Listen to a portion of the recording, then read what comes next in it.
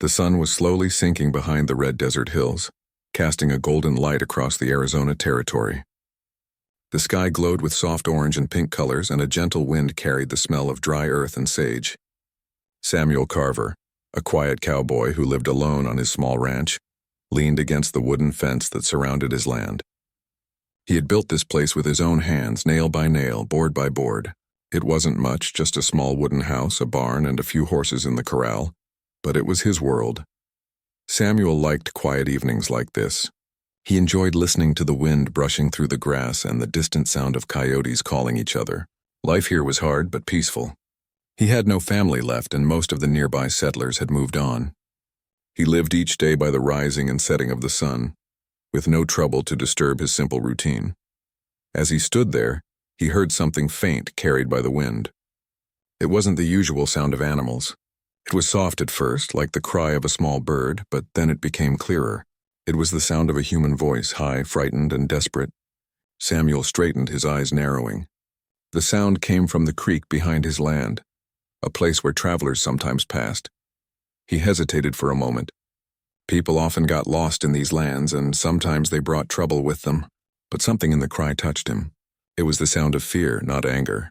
Without another thought, Samuel reached for his hat, grabbed his rope, and walked toward his horse. He whispered gently to the animal as he mounted it. The old horse knew the path to the creek well. The light was fading fast as he rode down the narrow trail. Dust lifted behind the horse's hooves. Samuel's heart beat a little faster, not out of fear, but out of a strange feeling he couldn't name. The creek came into view, its water sparkling under the last rays of the setting sun. Then he saw them. Near the edge of the water stood three strangers. Their clothes were dusty from the road. Their voices were sharp, overlapping one another. They were surrounding a young girl who looked no older than 12 or 13. She had long, dark hair tied with a thin strip of cloth, and her simple dress was made of soft buckskin. Her face showed both fear and defiance, as if she didn't want to show she was scared. Samuel slowed his horse, watching carefully. He didn't know these men, but he didn't like how close they stood to the girl. She kept stepping back, clutching something small in her hands, as if protecting it. One of the men pointed toward the woods as if telling her to move. Her head shook firmly. Samuel didn't shout. He knew sudden noise could make things worse. Instead, he rode closer, his presence calm but firm. The men turned and noticed him. For a moment, everything grew quiet except for the sound of the creek flowing. Samuel's steady gaze met theirs. He didn't have to say anything to let them know he was there, and he was serious. The girl's eyes widened as she saw him. She didn't know him, but she could tell he wasn't part of the trouble. She took a small step in his direction, almost like a child reaching toward safety. Samuel stopped his horse a few feet away. "Evenin'," he said in his steady, quiet voice. The men exchanged looks. They didn't answer at first. Samuel could see their nervousness. Maybe they weren't used to someone interrupting them. "You folks lost?" Samuel asked again, still calm. But there was something strong behind his words. One of them muttered something about minding his own business. But Samuel didn't move away. He sat tall in his saddle, his hands loose but ready. His calmness was the kind that carried weight. Even in the fading light, they could see he wasn't afraid of them. The girl used the moment to step a little closer toward Samuel. Her small bare feet made no sound on the sandy ground. Her breathing was quick and shallow. Samuel noticed that she was trembling slightly, though she tried to stand tall. "I reckon she doesn't belong to you," Samuel said softly. His tone was polite, but there was no mistaking the meaning. The men shifted uneasily. The oldest of them forced a laugh, pretending nothing was wrong. "Just talkin'," he said, but his eyes kept darting from Samuel to the girl and back again. Samuel gently moved his horse a little forward, closing the space between them. "Then the talk's over," he replied. The men understood he wasn't going to leave. They started backing away, muttering something under their breath. Samuel didn't follow or say more. He simply waited until they disappeared into the darkening trees. Only when the sound of their steps faded into silence did he turn his eyes back to the girl. She stood very still, her breathing uneven. Up close, Samuel could see the streaks of dirt on her face and the way her hands clutched a small pouch close to her chest. She didn't speak, but her eyes were wide and alert. She was young, but there was a strength in the way she looked at him. "It's all right now," Samuel said softly. He got down from his horse slowly so she wouldn't be scared. "I'm not gonna hurt you." She didn't run. That was a good sign. But she didn't move either. Samuel guessed she probably didn't speak much English. So instead of talking more, he pointed gently toward his house in the distance, then placed his hand on his chest and said, "Safe." She looked in the direction he pointed. The little ranch house stood under the deepening sky, a soft light glowing from the small lantern on the porch. After a long moment, she nodded slightly as if deciding to trust him. They walked back slowly. Samuel kept his distance, letting her choose the pace. His horse followed them quietly. Along the way, the girl looked back toward the trees more than once. Samuel could tell she was afraid those men might return.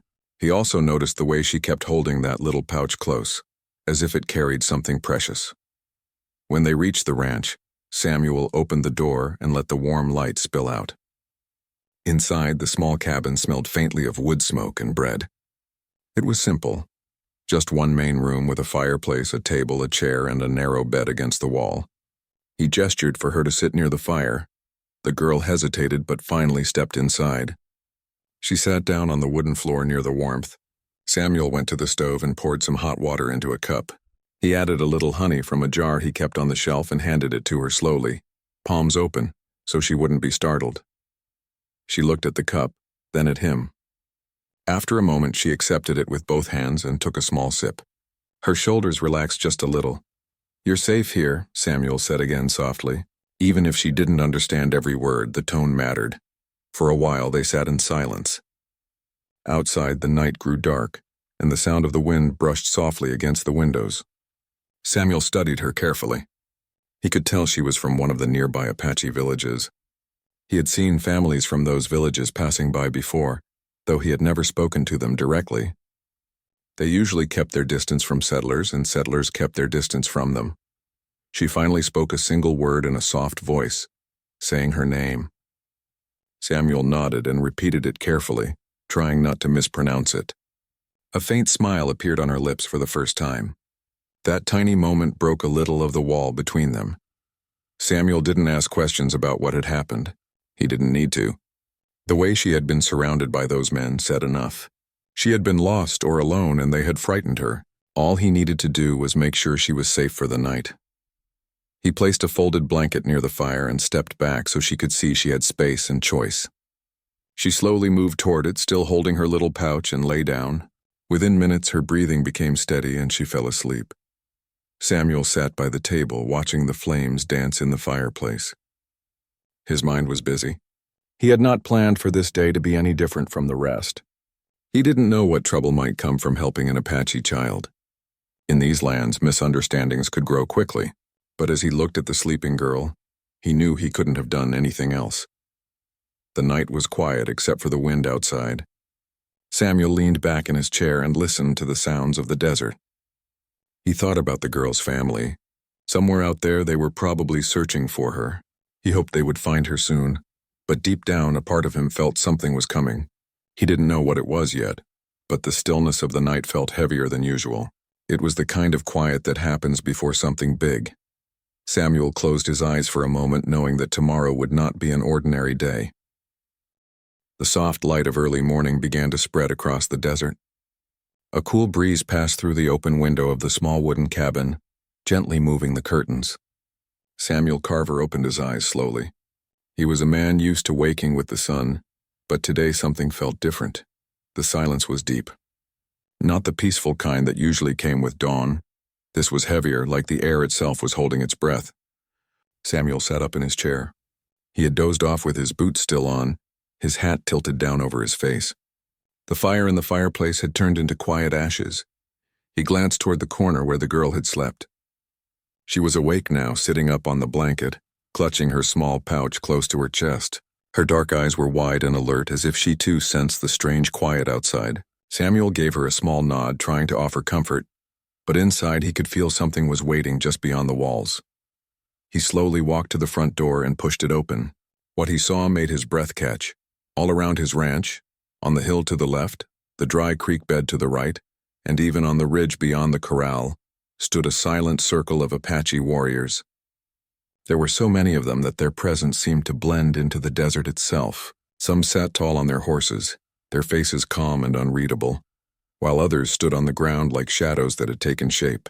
Their horses moved gently, snorting soft clouds of steam into the cool morning air. Samuel's hand didn't reach for anything. He didn't step back. He simply stood there still and quiet. He had lived in these lands long enough to know that silence spoke louder than any words. The girl slowly came to the doorway and peered out from behind his leg. The moment her eyes fell on the riders, something in her face changed. Her fear softened, replaced by recognition. She took a tiny step forward. Samuel looked down at her and then back at the riders. He understood now. These were not strangers. These were her people. The front line of warriors opened slightly, making a narrow path down the center. A tall figure appeared at the far end. He sat on a dark horse, wearing a simple but beautifully made leather shirt with beads along the edges. His expression was calm but firm, and his presence carried quiet authority. He was the chief. The chief rode forward slowly. The other riders didn't move or speak. They simply watched. The only sound was the soft crunch of the horse's hooves against the dry ground. Samuel stayed where he was. He didn't raise his hands high or make sudden movements. He just stepped slightly to the side so the girl could be seen clearly. She stepped out into the sunlight, clutching her pouch. Her hair was messy from the night, but her chin lifted proudly. For a long moment, the chief and the girl simply looked at each other. It was a silent conversation between two people who understood everything, without saying a word. Then very slowly, the girl began to walk toward him. The warriors didn't move. The chief waited patiently, his eyes softening as she came closer. When she reached him, she lifted her hand and showed him the small pouch she had held so tightly. He leaned down slightly, took the pouch carefully, and placed his hand gently on top of her head. It was not just a greeting. It was something deeper, a quiet promise of safety. Samuel let out a breath he hadn't realized he was holding. The circle of warriors remained around the ranch, silent as ever. No words were exchanged, but the message was clear. They were here to protect their own, not to bring harm. The chief turned his gaze toward Samuel.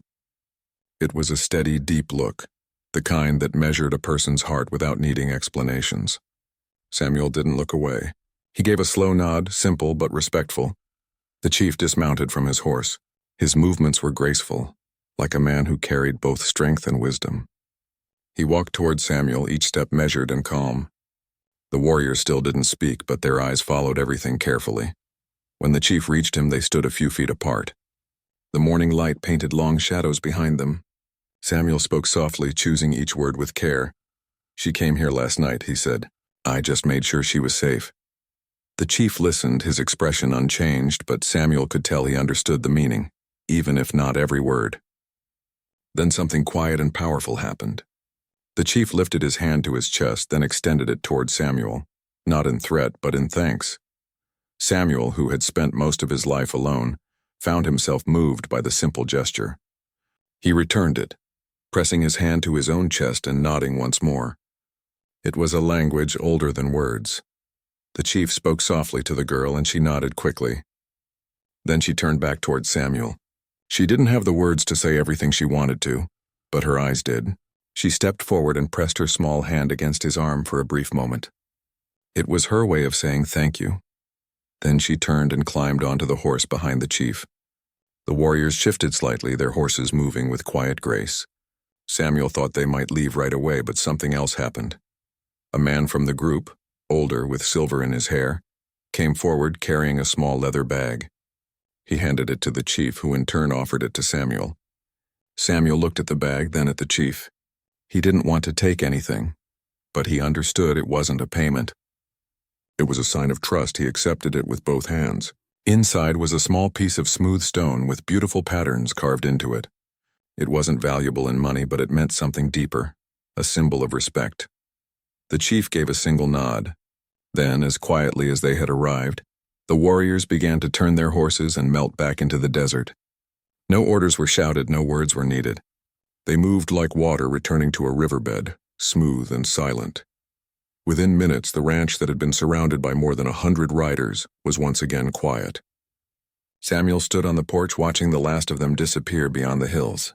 The desert slowly returned to its usual stillness. He turned the smooth stone in his hand, feeling its warmth from where the chief had held it.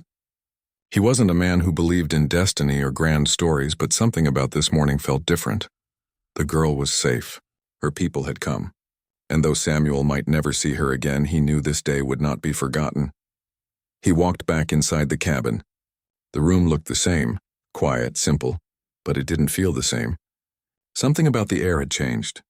It felt like a small piece of something bigger had brushed against his quiet life and left a mark behind. On the table, he placed the stone carefully, as if it were a fragile promise. He poured himself a cup of warm coffee and stepped back out to the porch. The sun had fully risen now, painting the desert in gold. Birds sang softly in the distance. For a long time, Samuel just stood there listening to the wind. He thought about how one small act, stepping out to help someone, had brought him face to face with a circle of warriors at dawn. He thought about how trust could be built not with loud words but with quiet choices. Days turned into weeks. Life returned to its ordinary rhythm, but something subtle lingered. Sometimes at night, Samuel would step outside and look toward the distant hills where the Apache village lay hidden. A faint smoke would rise from there, barely visible against the dark sky. He never told anyone about what happened that morning. The story wasn't something to boast about. It was something to carry quietly, like a secret piece of the desert itself. But there were small changes. Travelers who passed through started noticing something different. They said that the area around Samuel's ranch seemed unusually calm. No one caused trouble near his land. Some said it was because the cowboy had friends they couldn't see. Samuel never confirmed or denied it. He simply smiled and went about his work. Every now and then he would find small signs left near his fence. A feather tied with a strip of leather, a smooth stone placed on a post, or a small bundle of herbs. They were silent messages, not words but a way of saying, "We remember." Samuel kept the carved stone on a shelf near the window, where the light touched it each morning. It became a quiet symbol of that dawn when 150 warriors surrounded his ranch, not with noise or anger, but with silence and purpose. Years passed, and the ranch aged with him. But that morning stayed sharp in his memory, like sunlight through the window after a storm. He had not just helped a lost child that night. He had unknowingly built a bridge of trust between two worlds that usually stayed apart. And every morning, when the wind moved through the sagebrush and the sky glowed with soft gold, Samuel Carver would remember the girl, the silent warriors, and the dawn that changed everything without a single loud word.